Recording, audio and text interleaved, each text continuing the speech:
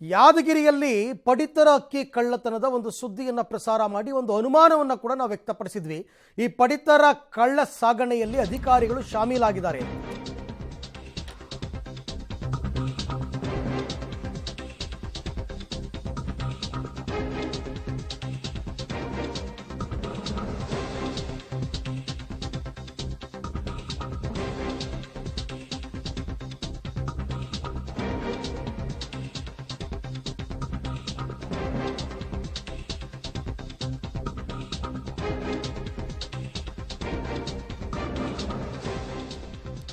ಬಡವರಿಗೆ ಅಂತ ಕೊಡ್ತಾ ಇರತಕ್ಕಂಥ ಅನ್ನಭಾಗ್ಯದ ಅಕ್ಕಿಯ ತೂಕದಲ್ಲೂ ಕೂಡ ಮೋಸ ಮಾಡುವ ಜನ ಇದ್ದಾರೆ. ನ್ಯಾಯಬೆಲೆ ಅಂಗಡಿ ಅಂತ ಕರಿತೀವಿ.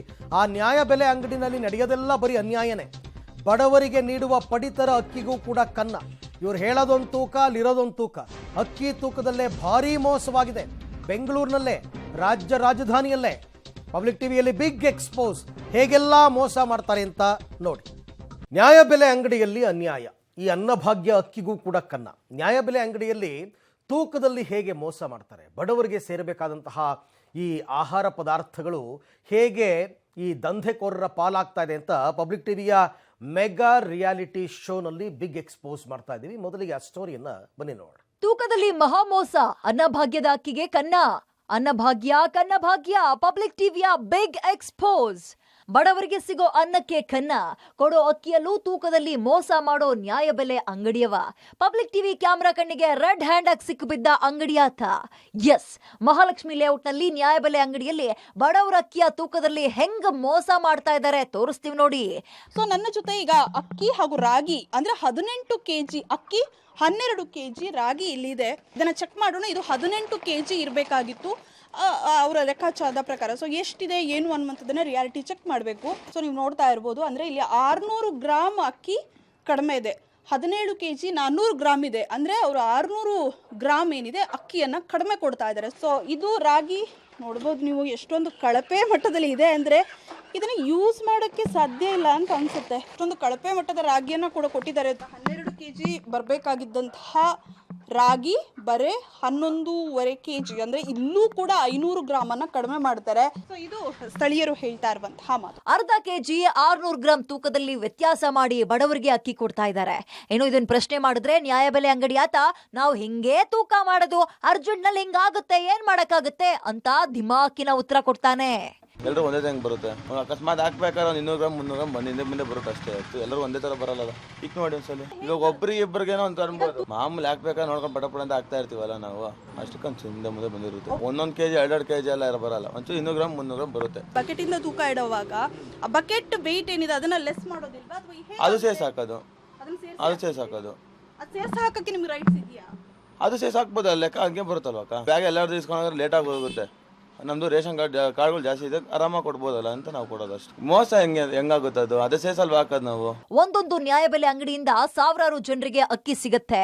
ಪ್ರತಿಯೊಬ್ಬರಿಂದ ಹೀಗೆ ಅರ್ಧ ಕೆಜಿ ಅಕ್ಕಿ ತೂಕದಲ್ಲಿ ಮೋಸ ಮಾಡಿದ್ರು ಉಳ್ದಿರೋ ಅಕ್ಕಿಯನ್ನ ಅದ್ ಯಾರಿಗ್ ಮಾರ್ಕೊಳ್ತಾರೋ ಅಷ್ಟಕ್ಕಿ ಅದ್ ಎಲ್ಲಿಗೆ ಹೋಗುತ್ತೆ ಅನ್ನೋದೇ ಈಗ ಪಬ್ಲಿಕ್ ಪ್ರಶ್ನೆ ಮಾಡ್ತಾ ಇದೆ. ಪವಿತ್ರ, ಪಬ್ಲಿಕ್ ಟಿವಿ, ಬೆಂಗಳೂರು. ಓಕೆ, ಇದು ಉದ್ದೇಶಪೂರ್ವಕವಾಗಿ ಮಾಡ್ತಾ ಇರ್ತಕ್ಕಂಥ ಮೋಸ ಅಂತ ತುಂಬ ಚೆನ್ನಾಗಿ ಗೊತ್ತಾಗ್ತಾ ಇದೆ. ಯಾಕೆಂದರೆ ಒಂದೊಂದು ರೇಷನ್ ಕಾರ್ಡಲ್ಲಿ ನೀವು ಅರ್ಧ ಕೆಜಿ ಉಳಿಸ್ಕೊಂಡ್ರೂ ಸಾಕಲ್ಲ. ಒಂದು ದಿನಕ್ಕೆ 100-120 ಜನರಿಗೆ ರೇಷನ್ ಕೊಡ್ತಾರೆ. 100 ಇಟ್ಕೊಳ್ಳಿ, ಪರವಾಗಿಲ್ಲ. 100 ಜನರ ಹತ್ರ ನೀವು ಅರ್ಧ ಕೆಜಿ ಅಕ್ಕಿ ಉಳಿಸ್ಕೊಂಡ್ರೆ ಎಷ್ಟಾಯ್ತು? 50 ಕೆಜಿ ಆಯಿತು. 50 ಕೆಜಿ ಅಕ್ಕಿ ಉಳಿತಾಯ ನಿಮಗೆ ಅಂತಂದರೆ ಅದನ್ನು ನೀವು ಮಾರ್ಕೋತೀರಾ, ಕೇರ್ಕೋತೀರಾ, ಏನೋ ಒಂದು ರಾಗಿ ಆಗ್ಬೋದು, ಅಕ್ಕಿ ಆಗ್ಬೋದು. ಒಟ್ಟಾರೆ ಇದು ಹಗಲ್ ದರೋಡೆ, ಕಣ್ಣೆದುರಿಗೆ ನಡೀತಾ ಇರತಕ್ಕಂಥ ಮೋಸ. ಆಮೇಲೆ ನಾನು ನೋಡಿದ್ದೀನಿ, ಅವ್ರ ಅಕ್ಕಿಯನ್ನು ತೂಕದಲ್ಲಿ ಹಾಕಬೇಕಾದ್ರೆ ಅದು ಇನ್ನೂ ಮೀಟರ್ ಸೆಟ್ಟೇ ಆಗಿರಲ್ಲ ತೂಕ, ಅಷ್ಟರಲ್ಲಿ ಪಟ್ಟಂತ ಎತ್ಬಿಟ್ಟಿರ್ತಾರೆ. ಈ ಬಗ್ಗೆ ಮತ್ತಷ್ಟು ಮಾಹಿತಿ ನನ್ನ ಕೊಲಿಗ್ ಪವಿತ್ರ ಅವರಿಂದ ಪಡ್ಕೊಳ್ಳೋಣ. ಪವಿತ್ರ, ಈಗ ನೀವೇ ಅಲ್ಲಿ ರಿಯಾಲಿಟಿ ಚೆಕ್ ಮಾಡಿದ ಹಾಗೆ ಒಬ್ಬೊಬ್ಬರ ಹತ್ರ ಅರ್ಧ ಕೆಜಿ ಯಾಮಾರಿಸಿದ್ರು ಅಂತಂದ್ರೂ ಕೂಡ ದಿನಕ್ಕೊಂದು 50-60 ಕೆಜಿ ಅಕ್ಕಿ ಉಳಿಯುತ್ತೆ ಅವ್ರಿಗೆ. ಇದು ಉದ್ದೇಶಪೂರ್ವಕವಾಗಿ ನಡೀತಾ ಇರ್ತಕ್ಕಂಥ ಹಗಲು ದರೋಡೆ. ಒಪ್ಕೊಂಡಿದ್ದಾರೆ ಇದನ್ನು ಅವರೆಲ್ಲರೂ ಅಂತ?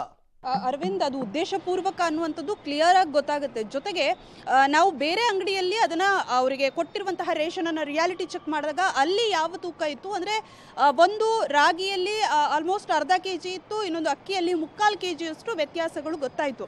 ಇದನ್ನ ಕೇಳಿದ್ರೆ ಅವರ ಉದ್ದಟತನದ ಉತ್ತರ ಯಾವ ರೀತಿ ಇರುತ್ತೆ ಅಂದ್ರೆ, ಅವ್ರು ಏನ್ ಮಾಡ್ತಾರೆ ಅಂದ್ರೆ ಸಾಮಾನ್ಯವಾಗಿ ಚೀಲದಲ್ಲಿ ಅಕ್ಕಿಯನ್ನು ತುಂಬಿಕ್ ಕೊಡಬೇಕು ಯಾರು ಬರುವಂತಹ ಪಡಿತರ ಚೀಟಿ ತಗೊಂಡು ಬರೋರಿಗೆ. ಆದ್ರೆ ಇವ್ರು ಏನ್ ಮಾಡ್ತಾರೆ ಅಂದ್ರೆ ಸುಮಾರು 1 ಕೆಜಿಯಷ್ಟು ತೂಕದ ಬಕೆಟ್ ಅನ್ನೇ ಇಟ್ಬಿಡ್ತಾರೆ. ಆ ಬಕೆಟ್ನ ತೂಕ ಏನಿದೆ ಅದನ್ನ ಲೆಸ್ ಕೂಡ ಮಾಡೋದಿಲ್ಲ. ಕೇಳಿದ್ರೆ ನಮ್ಗೆ ಅರ್ಜೆಂಟ್ ಇದೆ, ನಾವು ಹೀಗೆ ತೂಕ ಕೊಡೋದು ಅನ್ನುವಂಥದ್ದು, ಅಂದ್ರೆ ಅವ್ರ ಮನೆಯಿಂದ ಅಕ್ಕಿ ಕೊಡ್ತಾ ಇದ್ದಾರೇನೋ ಅನ್ನುವಂಥ ಫೀಲ್ ಬರಬೇಕು, ಆ ರೀತಿಯಾಗಿ ಮಾತಾಡ್ತಾರೆ.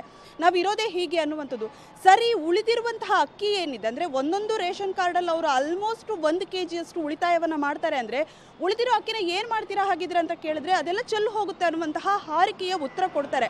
ಅಂದ್ರೆ ಅವರಿಗೆ ಪಶ್ಚಾತ್ತಾಪ ಕೂಡ ಇಲ್ಲ ನಾವು ಈಗ ಮಾಡಬಾರ್ದಾಗಿತ್ತು, ಸರ್ಕಾರ ಬಡವರಿಗೆ ಕೊಡುವಂತಹ ಅಕ್ಕಿಗೆ ಕನ್ನ ಹಾಕಬಾರ್ದು ಅನ್ನುವಂತಹ ಕನಿಷ್ಠ ಪರಿಜ್ಞಾನ ಕೂಡ ಅವರಿಗೆ ಇಲ್ಲ. ಯಾಕಂದ್ರೆ ಅಧಿಕಾರಿಗಳು ಇದ್ರ ಬಗ್ಗೆ ತಲೆ ಕೆಡಿಸ್ಕೊಳ್ಳಲ್ಲ ಅನ್ಸುತ್ತೆ. ಅಟ್ಲೀಸ್ಟ್ ಫುಡ್ ಇನ್ಸ್ಪೆಕ್ಟರ್ಗಳು ಈ ರೀತಿ ದೂರು ಬರುವಂತಹ ಸಂದರ್ಭದಲ್ಲಿ ಅವರು ಹೋಗಬೇಕು, ವಿಸಿಟ್ ಮಾಡಬೇಕು.